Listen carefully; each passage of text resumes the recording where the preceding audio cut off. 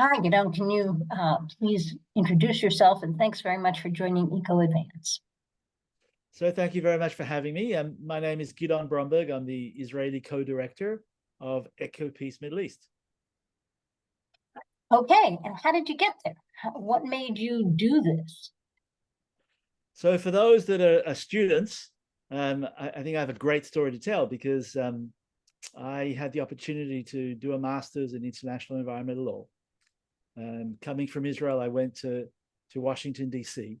In 1993-94, when the peace negotiations were taking place, peace treaty between Israel and Jordan, reaching the Oslo Accords between Israel and the PLO. And as part of my research work, I asked the question, was peace going to be good for the environment? At that time, we were very certain that peace had broken out. And my question was more, well, what does that mean for the environment? Are we going to make sure that not only do we have peace between people, but also peace with nature? And my research concluded that environmental issues were really only getting lip service in the Israel-Jordan, Israel-PLO agreements, and that perhaps the recommendation was of my study was that perhaps if a civil society organization was to be created, there would be Israeli and Palestinian, Jordanian and Egyptian. Perhaps we could put environmental issues onto the political agenda. And before leaving Washington and coming back to Israel, I reached out to several potential funders, and I asked them, would they fund the first meeting ever of environmental individuals, organizations from the 4 countries. And all of them threw me out quite quickly and said, nice idea, come back when you're a little bit older and have more experience. But there's a term in Yiddish saying chutzpah, and I have it. And I continue to, it means sort of cheek, and I reached out to them again and wrote to them. And one of them came back to me and said, look, you know what? If you can organize the meeting, I'll pay for it. And I'll come out there and make sure that you're doing it as well. And that meeting took place on the 4th of December, 1994. And on that second day of that meeting in Taba in Egypt, EcoPeace was created, the first ever regional organization, focused at that time, quite certain that we're going to be just focusing on the environment. We don't need to focus on peace because that was a given. Very quickly, clearly we had lots of wake-up calls, and peace hadn't broken out at all. And the Egyptians were actually forced to leave the organization, and we remained until today, 30 years later, a trilateral organization of Palestinians, Jordanians, and Israelis together, where I'm one of 3. I have a co-director in Ramallah and a co-director in Amman, and a single joint board with a single budget and a single 5-year plan, where some 70 people work in EcoPeace, everyone with their counterpart in the other office, until at this very moment, working together to do what we can to both to be, I think, far more true to our original name of Eco and Peace. We started working on environmental peace building before the academic term was even coined. In fact, most of the literature refers to EcoPeace as the example of what environmental peace building, of how to use the common concern interests of the environment as a means to help advance peace, because of the very nature of the environment, that the environment doesn't know borders. And if we are to deal with fresh water, as this topic deals with, if we're to deal with freshwater issues, then we must cooperate, because our water resources cross boundaries left, right, and center. And it's only when we take a basin-wide approach for our freshwater resources do we have any chance making sure that those freshwater resources remain healthy for people, for nature, and from our perspective, also be an example of how we can work together through our shared environment and build trust on the basis of our shared environment to help our political leadership to understand that we need to make peace. Sounds like quite a mountain to climb, and you've been climbing it for 30 years. So tell us a little bit about what projects you feel, obviously there have been a number of projects over the years. What projects do you feel are most significant from the point of view of bringing science to illuminate policy and policy to express science? Do you feel that whether it's social science or biological sciences, how do you feel they've worked together? So they're essential. The nature of the work of EcoPeace that has developed over 30 years is a top-down and bottom-up strategy.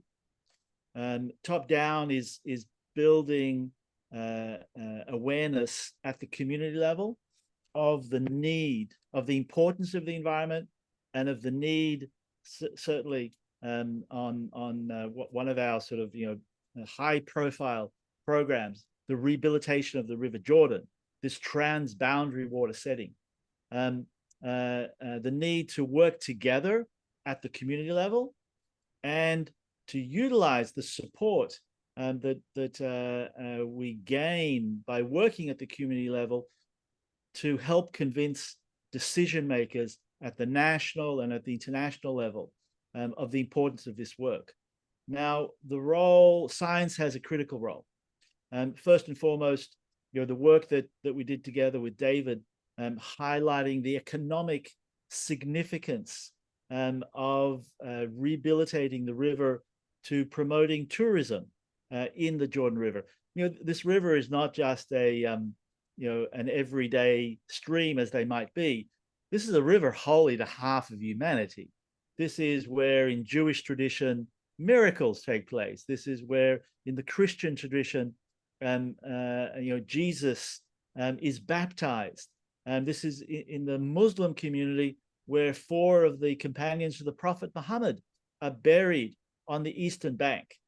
Yet despite the importance of this river to the 3 Abrahamic peoples, much due to conflict, due to competition in a zero-sum approach, we've managed to take away half by Israel, the other half by Syria and Jordan, of what used to flow down the River Jordan.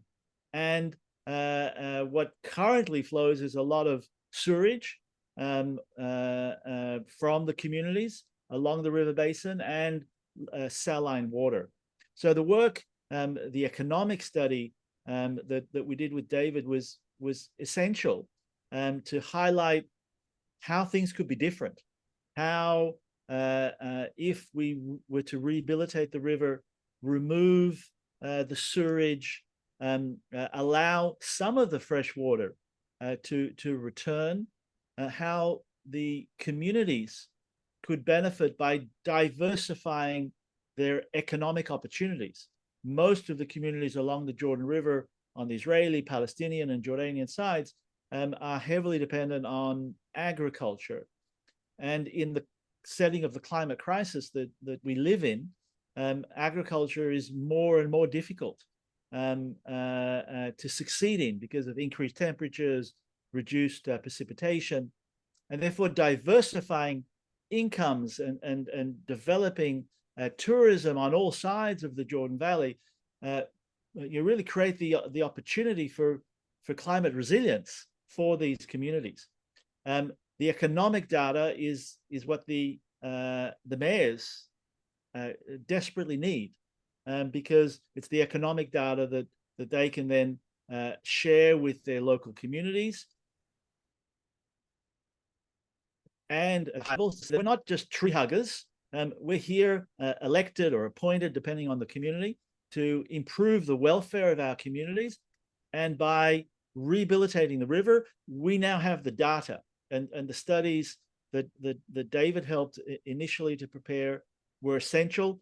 they actually led to even bigger data collections. And we raised 3 million euros from the European Union in order to do the first ever pre-feasibility study of the rehabilitation of the River Jordan from the Sea of Galilee down to the Dead Sea, where based on the initial studies of David, we were able to bring a whole team, multidisciplinary team of professionals, Palestinian, Jordanian, and Israeli together to work over 5 years and produce the first master plan for the rehabilitation, not just of the river, but of the valley as a whole. Other scientific, really critical work is to engage with hydrologists here, that we engaged again with Palestinian, Jordanian, Israeli, to understand who's taken what. Because when you ask your average Israeli, they will say, well, I mean, we're not responsible for the demise of the river. It's the other side, the Palestinians, the Jordanians, the Syrians. You ask the Jordanians and the Palestinians, they'll say, well, it's got nothing to do with us. It's Israel that's taken. So very important to try to understand who's responsible, not in a blame game, but just in a factual sense. We're able to establish that, well, Israel does take half the water, but Syria and Jordan take the other half of the water. And although the Palestinians take very little of what the Jordan River, they do contribute to the pollution of the Jordan River together with Israelis and Jordanians. And therefore, even though we don't have the same responsibility, we all have a measure of responsibility. And that's a very important game changer in speaking to the public, to speaking, advancing the advocacy with decision makers, because because we change the whole nature of the conversation based on good science, that we are responsible, and I think the key to advancing this is also making sure that you're bringing in scientists from all sides, and preferably scientists that the governments often work with, that come with a high level of credibility, because people will immediately respond and say, well, your scientific facts are biased. But then when you show, well, we hired an Israeli scientist like David, we hired a Palestinian scientist and a Jordanian scientist, so yeah, really, are they biased? No. And that's why that's how we try to build trust. We build credibility. We build political will by mobilizing local communities led by mayors. I think one of the most memorable photos that I often utilize in many of the talks that I give is the photos of the mayors of the River Jordan, Palestinian, Jordanian, and Israeli, jumping into the river together in a clean stretch. It's not a pretty photo because there's some pretty big bellies, and it's overwhelmingly men. So it's a big splash when they jump. But they're jumping into the river together, not because they're best friends. Far from it. In fact, they're fearful that they're going to be condemned because they're doing this together, and it takes a level of bravery. The conflict is not at all over, but they're jumping into the river together because they understand, or they've come to understand, based much on the science and the economic analysis, such as that done by David, that they're all losers, that the demise of the River Jordan has been at the expense of their communities. But just as importantly, they're jumping into the river because they've come to understand that the only way to rehabilitate this transboundary river, by definition, is to work together, and it's to come forth in plans, in activities that promote the rehabilitation of the river, and jumping into the river together was something that EcoPeace promoted, was so symbolic. Thank you so much for both of you being here together. You've worked together for many years on tying policy, advocacy, and science. So I'd like, David, start out by helping us understand how that happens. How do you move that science into the policy?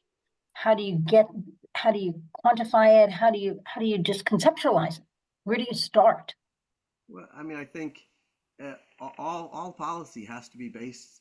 Right, someone said the art of policy is making good decisions with bad information. But the better the information you have, the better your policies can be. And so a lot of that is the social benefits, because that's in essence primarily what policymakers care about. But the social benefits are dependent on ecological benefits, environmental benefits, and costs, right? And so you know, if you just have a bunch of economists coming up with numbers and they don't understand the science, right? So in the terms of the river restoration, if they don't really know how much water is needed or what the benefits of a certain amount of water will be versus a different amount, right? They can't really make good policy, good informed policy. So it all starts with the scientific basis, the hydrologists, the ecologists, and then you can build on, and then you can say, okay, well, what are the ecosystem services that we'll get with different levels of natural resource allocation? And so, you know, I think it's everybody who goes into environmental science does it because they care about the environment. They want to see a better environment, which in the end is policy. Some people are concentrated strictly on the science part and giving the information and leaving it to policymakers. Others are sort of trying to bridge between the science and the policymakers, and others are more on the advocacy and taking the science and translating it and pushing it. But they're all essential parts. So Gidon, you're the guy who's taken that science and translated it and moved it into a policy framework. How do you see that connection? How do you see, you know, kind of tailoring the science? Is it a question of giving lots of details? Is it a question of working, you know, models? What's the best way from your perspective to take that science, which is to some extent ecological science, but to some extent it's social science? Like, how do you blend those? So firstly, the science is critical, and without the science, without good science, you can't build credibility.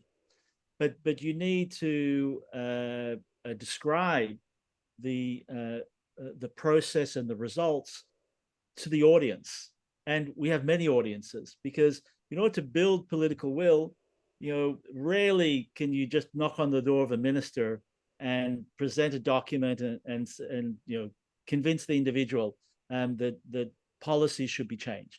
You really do need a combination of strategies working at the community level. That's something that at EcoPeace we found very, very effective. And therefore you need to express and communicate the science in a manner that speaks to local residents, to farmers. So you break down the science to, well, what does that mean for the farming community, given the climate crisis, and that they're likely to lose a significant amount of their income if they only continue to focus on farming and not perhaps diversify also to tourism issues.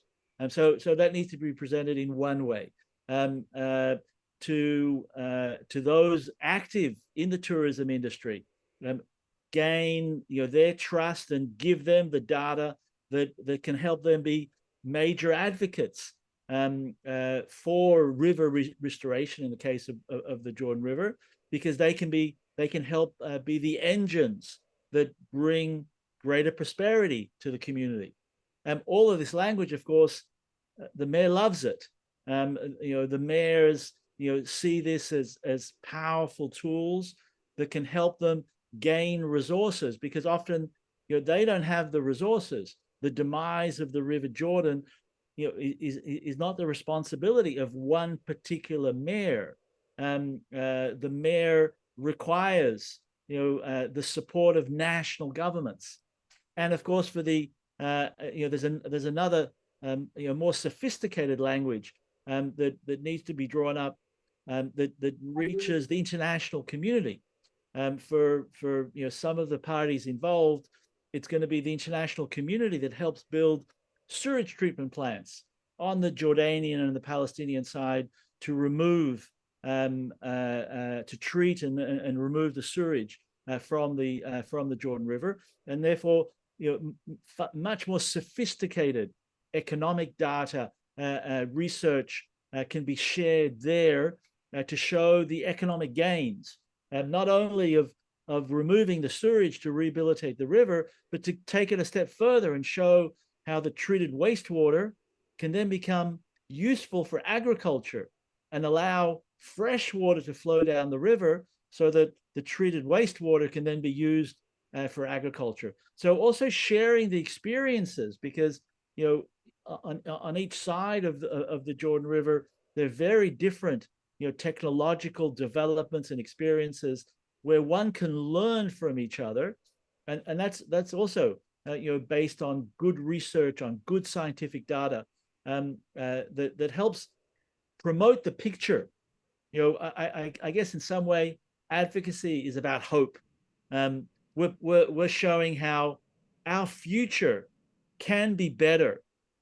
We can rehabilitate this river, and we're all going to be so much better off because we do that. What advice do you have for people who want to do freshwater restoration? How do they generate that hope? How do they empower others to be part of it? So it's a good question. My first advice is to be determined. That you need a lot of determination, because it's a hard road. It's a hard path, because the environment, unfortunately, doesn't receive the priority that it should, and therefore you need to come already with a mindset that you need to be well organized. You need to have an understanding of how to build knowledge, and of course try to attract resources that will help you gain that knowledge through good science, through good work. And you need to know how to my advice is to try the work on many different levels, that you never know where the coin drops, where someone starts to understand that, wow, this is important to me. It depends when you approach them, it depends where they are at any given time, and therefore you need to try again. You want to be as strategic as you can, but that's often insufficient. You need lots of determination. I think for a transboundary setting, at least the experience of EcoPeace is that you need to involve all the partners that come from that transboundary setting. EcoPeace's success is due to the model of cooperation coming from within the organization, that it's Israelis speaking to Israelis, Palestinians to Palestinians, Jordanians to Jordanians, and together to the international community. So if you want to take on freshwater restoration in a transboundary setting, then my advice is to find like-minded people that are interested and willing to work with you from the other communities. Don't try and do it alone. That's I think an impossible road. You need to you need to work with all of the communities. Even in a national setting, there are different interests, there are different stakeholders, and it's important to engage with all of them and to build partnerships with many of those stakeholders, so that you're not working alone, so that you're working with other like-minded people who help advance that process. So like-minded people, finding a like-minded person and finding partners is a critical piece of getting freshwater restoration to be successful. When you look back at the 30 years, what was your biggest success? What success do you feel like that really worked out good? That was a really important success. And what can you say to people about how sometimes success today turns out not to be the same success 10 years later when you kind of look back at it, and it was an important step, but it wasn't the end game? Can you talk a little bit about that? So I think two political agreements that EcoPeace is responsible for are a strong example of our success.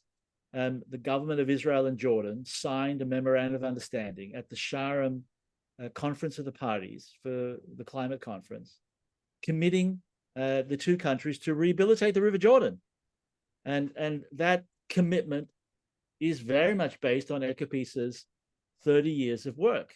Not alone, there are other organizations, there are other institutions, but EcoPeace is responsible for putting the rehabilitation of the river on the political agenda and helping to create the knowledge and the community support and then the political will that led to the signing of that agreement. A second agreement that was signed at the same COP, based on a letter of intent a year earlier, was Project Prosperity. EcoPeace was the brainchild EcoPeace was the brainchild for this idea of creating a water energy exchange, Israeli-Palestinian, on desalination, with the notion that we can desalinate on the Mediterranean at a comparative advantage and sell desalinated water, additional desalinated water to Jordan, and that Jordan, because its vast desert areas, can produce renewable energy at price and at scale that Palestinians and Israelis could only dream of. That led to, again, a political agreement between Israel, Jordan, and the UAE under the support of the American administration, that EcoPeace is largely responsible for. What we missed out at that time was involving the Palestinians. But we now actually see, sort of like the day after, when this war between Israel and Gaza ends, and hopefully it ends very soon, we really do see the possibility to include fully the Palestinian Authority in the desalination of seawater in Gaza, not only for Palestinian needs, but also to help supply water for Jordan, and also the purchase of renewable energy from Jordan to the West Bank and Gaza. So you need patience. What was not politically viable at one given moment can become politically viable at another moment. So you need to be opportunistic. You need to see when that opportunity creates, and be there with the evidence, which is again based on good science, but also with the contacts and credibility that you've built over time, so that the proposal is in the right drawer and can move forward when that right moment creates itself. That's great. Thank you so much. This was just a real privilege to talk to you.